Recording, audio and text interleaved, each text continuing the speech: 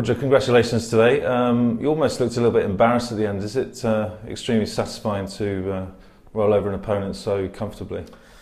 I mean, look, we've played so many occasions that sometimes you just can't play your best, and I think that's what happened to Andy today. He didn't have a very good serving day, and then obviously once I get a chance to get into all these service games, it's going to be always difficult for him to find a way. But from my side, I think I was playing okay as well. I also struggled a little bit on my serve, so it was a bit of an off day for both of us, and that's the kind of way I actually like to move on in a tournament as well.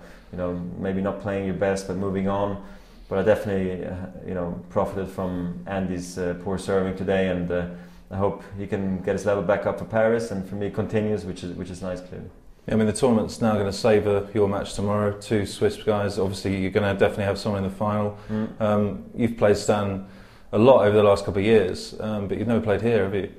No, I mean, this is the first time that I played Stan here in Switzerland, and it's been 10 times we've actually faced off against each other, and playing back in Switzerland is particularly special, because playing at the Australian Open is nice, but back home where we have a great support, and I come from this town. Stan's not too far away either. I mean, it's not very difficult to be far away, not so far away, because Switzerland's very small. But so yeah, I think it's a special occasion for Swiss tennis and the Swiss fans, and let's enjoy it. Let's go out there and play a good match. He played incredibly well today, so I think this is going to be the test of the tournament for me so far, and I'm excited about it.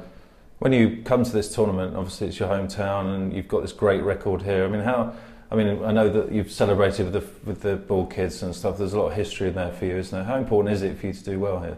Well, it's one of the highlights of the years, really, or of the year for me to be playing here in Basel. And as you know, I've grown up here. I spent over 20 years here in this city, and Basel's small at the end of the day. It's big in my heart, but small in place, and that's why it's nice to be coming back. I know all the ways that I'm driving around. From back in the day, it was a tram or the bike, or now it was a car. I know my way around, and it feels very special, and I see so many familiar faces when I look around the stadium. That's just nice to be playing here, when I know that normally I have to travel sometimes over 10, 20 hours by plane to get to a place. This is quite different and unusual, and that's why you have to enjoy it. And just one last thing, you've received lots of awards in your career.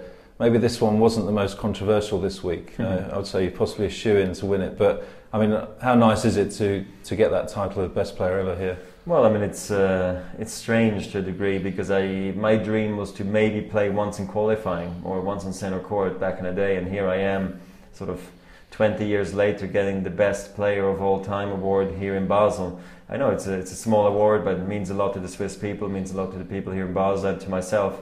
And it was nice getting out on center court on Tuesday night when I wasn't playing, in a suit, looking good, getting a nice painting, which someone created within 4 minutes.